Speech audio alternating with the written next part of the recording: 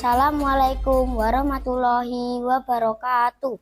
Innal hamdalillah wassalatu wassalamu ala Rasulillah Sayyidina Muhammad ibni Abdillah wa ala alihi wahbihi wa mawalah.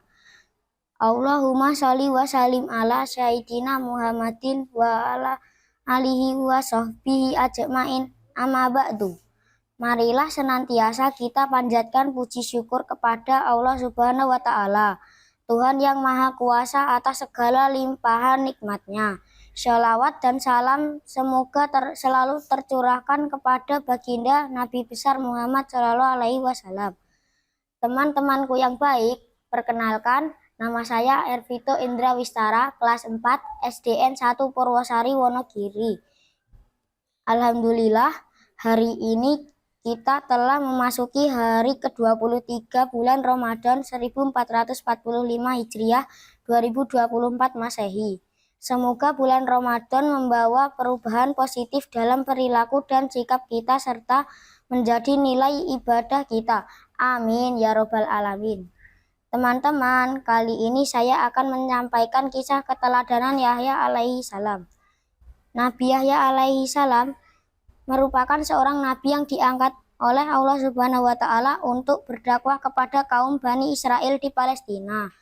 Nama lengkap Nabi Yahya adalah Yahya bin Zakaria bin Muslim dari keturunan Rahbam bin Sulaiman bin Daud. Ibunya bernama Asya. Berkat doa dan kasih sayang kedua orang tuanya, Yahya tumbuh menjadi anak yang sehat, cerdas, kuat, patuh, dan taat. Meski masih muda belia, Yahya alaihi salam telah mampu menghafal isi kitab Taurat. Selain hafal, dia juga paham betul dengan isi kandungannya.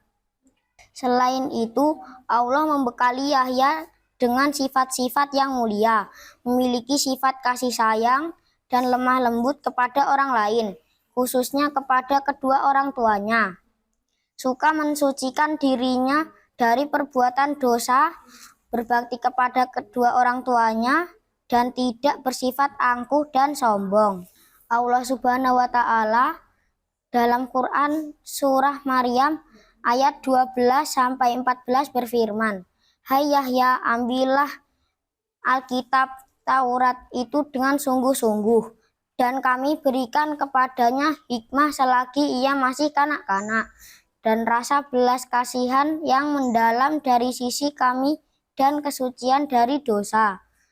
Dan ia adalah seorang yang bertakwa dan seorang yang berbakti kepada kedua orang tuanya, dan bukanlah ia orang yang sombong lagi durhaka."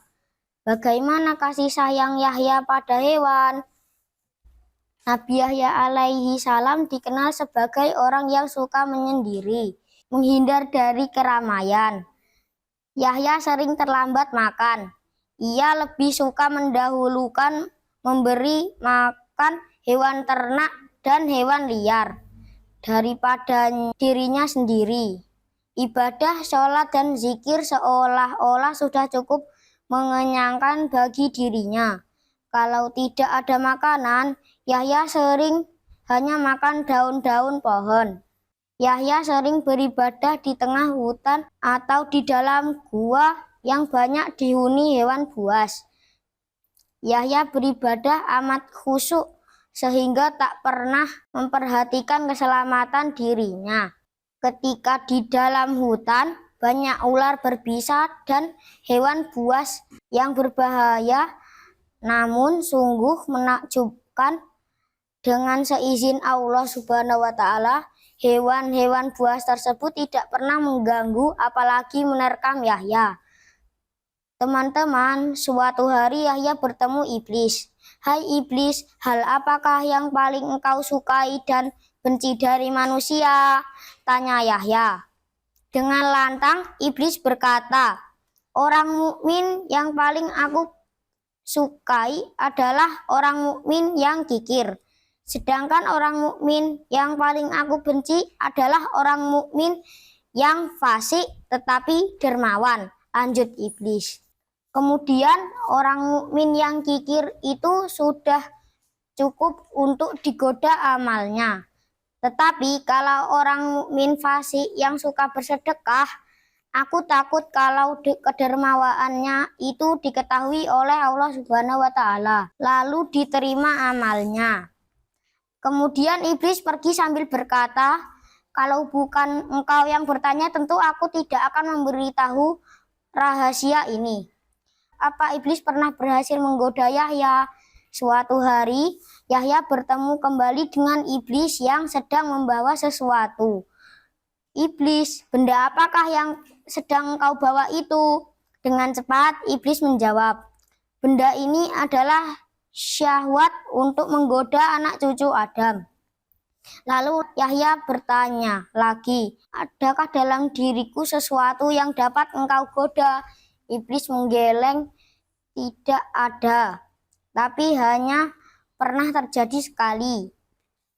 Pada suatu malam, engkau makan agak kenyang. Maka aku pun dapat menggodamu sehingga engkau merasa berat untuk mengerjakan sholat." Sejak itulah Yahya pun tidak pernah lagi makan sampai kekenyangan.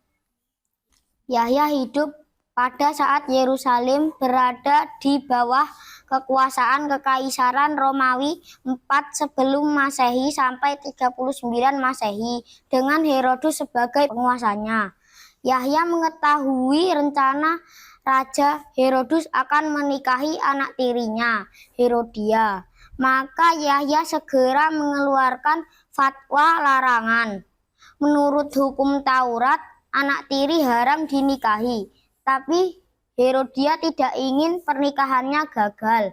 Herodia meminta Raja Herodus menangkap dan membunuh Yahya.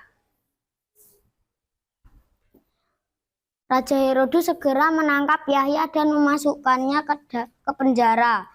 Akhirnya Yahya dibunuh oleh Raja Herodus untuk memenuhi permintaan Herodia. Pada saat dibunuh Raja Herodus, Yahya masih muda dan belum menikah. Yahya diangkat menjadi nabi pada tahun 28 sebelum Masehi. Yahya wafat pada usia 30 tahun. Nama Yahya merupakan pemberian langsung dari Allah Subhanahu wa Ta'ala. Nama itu belum pernah digunakan sebelumnya.